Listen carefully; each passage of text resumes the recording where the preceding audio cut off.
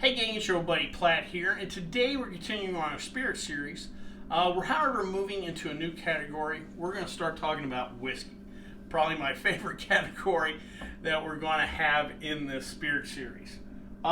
Whiskey basically is a distilled alcoholic beverage from a grain mash.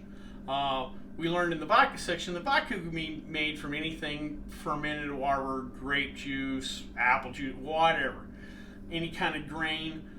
Gin tended to be a neutral grain base. This has to come from a grain base. It may or may not be malted. Those grains may or may not be malted. Sometimes you'll have a blend of both, some malted, some unmalted grains. The four big grains in whiskey are barley, corn, rye, and wheat. Some distillers here in the U.S. are starting to play around with other grains like millet and sorghum, but those four are the big players. Whiskey typically is aged in wooden barrels, usually oak, and here in the U.S. usually white oak that's charred. That means they take flame or kind of toast the inside of that barrel. What that does is kind of crystallizes the sugars in the wood and kind of allows that, opens that wood up to let the alcohol kind of come in and out of that wood, interact, and that's where the whiskey picks up a lot of flavor from that barrel. The term whiskey itself comes from the Gaelic term ishkaba. They kind of got anglicized into whiskaba, then whiskey or whatever, and that's what we call it today. Now there are two spellings for whiskey, and you may notice this when you go to the liquor store. There's W-H-I-S-K-E-Y that gets used in Ireland and here in the U.S. And then there's W-H-I-S-K-Y, which is used in Scotland and other countries. Now there's no necessarily hard, fast law for that. Here in the U.S., you can use both. There's brands like George Dickel's and Makers that use just the Y at the end instead of the E-Y. If you see that, don't let it confuse you. They're both whiskey. They're both the same thing. Modern whiskey, as we know it today, most likely had its origins in Ireland and Scotland. You'll get some debate between those two countries. It's similar to the vodka debate between Poland and Russia. Unfortunately, we didn't have the methods to record this stuff back then, so it's kind of up in the air. Now that's not necessarily meant distilling had came about before the 1500s or whatever, and it's impossible to say that someone didn't throw some kind of grain mash in there and then didn't turn around and throw in a barrel. But that was the most likely origins. Again, that's where the term comes from, whiskey or ishkaba. So that appears to be the origins for whiskey. The old Bushmill Distillery is the oldest licensed distillery in the world. First licensed in 1608, well over 400 years old. And that was an important step for whiskey production. At the time, there was a lot of outlaw liquor production or spirits production. Before that, a lot of the monasteries had been the ones that produced beer, wine, alcoholic spirits. Then it kind of got out to the people, and the government then decided to clamp down on that. And one of the things was they started forcing people to get licensed. The old Bushmill Distillery, again, the oldest licensed distillery. How is whiskey produced, and how is it, again, different than the other spirits? Whiskey tends to be distilled in pot stills. As we learned with vodka and neutral grain spirits, they use the tall column stills. They're highly efficient, get real high ABV levels, and basically strip out the flavor. Whiskey, we want the flavor. We want whatever's in that pot, that grain mixture. We want some of that to come over. We want to know it's from rye or corn or wheat. And so they use a pot still. It's a little less efficient, but brings more flavor to the party. After it's gone through the pot still, usually twice. Most whiskeys are twice distilled. The Irish like to distill it 3 times. They claim that makes a smoother product. That's up for you to decide. But after it runs through the still a couple of times, it then gets put in a barrel. And again, that barrel is usually charred. And that's where whiskey gets aged, and that's where it matures. Whiskey does not pick, in any other alcoholic, any other distilled spirit, does not pick up anything or gain anything, doesn't mature in the bottle. Unlike beer and wine, if you homebrew, sometimes they talk about bottle conditioning and let that bottle sit for a while. Wines, they'll tell you don't drink young, let it sit. Here in 2 or 3 years that will peak. However, not true with whiskey. You need to put it in the barrel because, again, it interacts with that barrel and it picks up vanilla notes and sweetness or whatever from that barrel. And that's the only way whiskey matures, is time in that barrel. After it comes out of that barrel, it's usually bottled at 80 proof. That's usually the minimum, and it can go higher.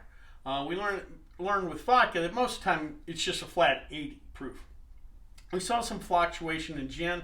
We'll see more fluctuation in whiskey. Now, 80 is the lowest, depending on the country most of the time, but generally 80 is the lowest it'll go, and it'll tend to go up.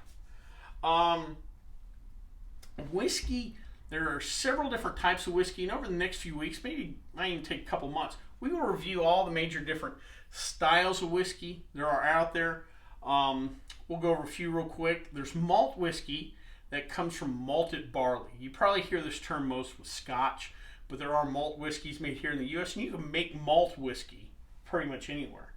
Next is grain whiskey, and that's just whiskey produced from any type of grain. And usually you'll hear, if it has in the grain bill a predominant amount of that particular grain, whether it's rye, corn, wheat, or barley, it will be referred to as rye whiskey, or corn whiskey, wheat whiskey, what have you. Next is single malt whiskey. Again, a term that's usually related with Scotch, but again doesn't have to be. And that is a malt whiskey produced from a single distiller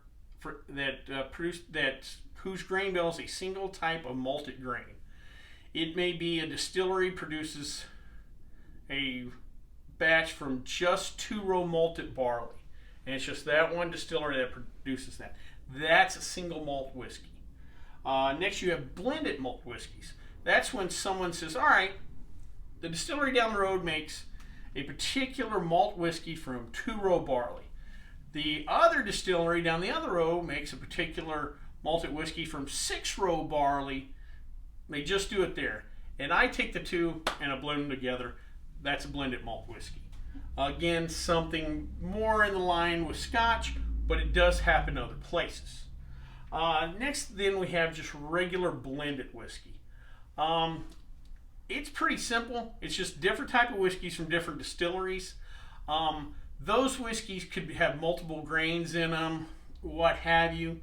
A little less specific than the blended malt whiskeys. Also, other countries have different rules on what a blended whiskey can and can't be. Here in the U.S., they do allow the addition of neutral grain spirits, also colorings, flavorings. You could kind of say that some of the blended whiskeys here are a glorified vodka that has some whiskey and coloring added to it. Maybe the way to think about it. And it's usually done for economic purposes. We also have cask strength whiskey. What you may or may not know, if you went to Jack Daniel's or Jim Beam, went to their barrel room, you see all these big barrels, is that what's inside that barrel is not 80 proof like you get in a bottle. It's most likely 125 to 135 proof, and that's because that barrel breathes. If it sits in that barrel 6 years or something like that, it breathes, and water evaporates out the barrel, but the alcohol stays in there. So it picks up ABV throughout the years.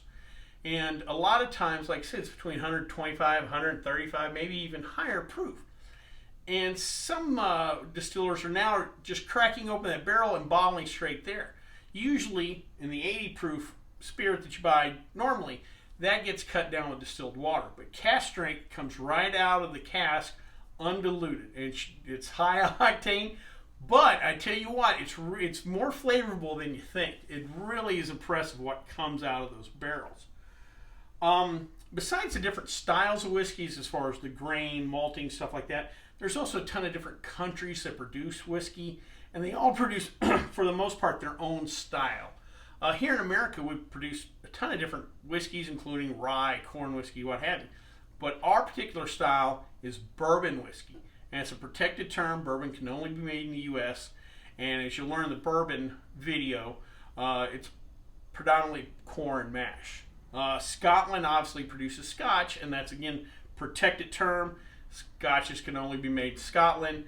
They use barley produced, to produce their whiskey. There's Canadian whiskey, Irish whiskeys, Japanese produce great whiskeys, but in the Scotch style. A lot of their original distillers went to Scotland to learn how to produce whiskey. They add a little peat, but not as much as the Scotch. Their whiskeys tend to be a little softer.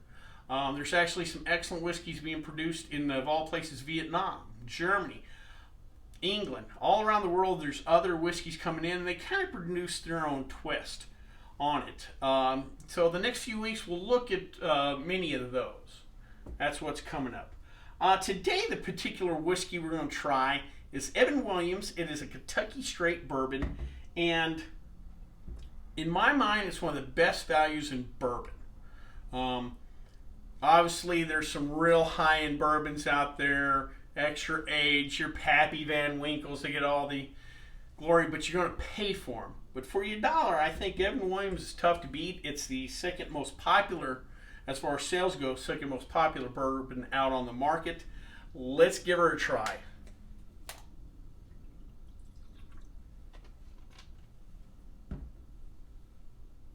Oh, a nice nose, good smell.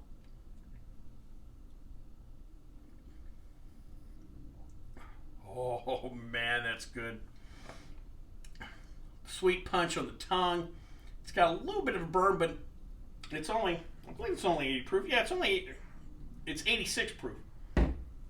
Not real high octane, but a nice little burn. I get a little rye spice on the mid-tongue, but it's not a high rye bourbon in that sense. Just has a lot of what I like in bourbon.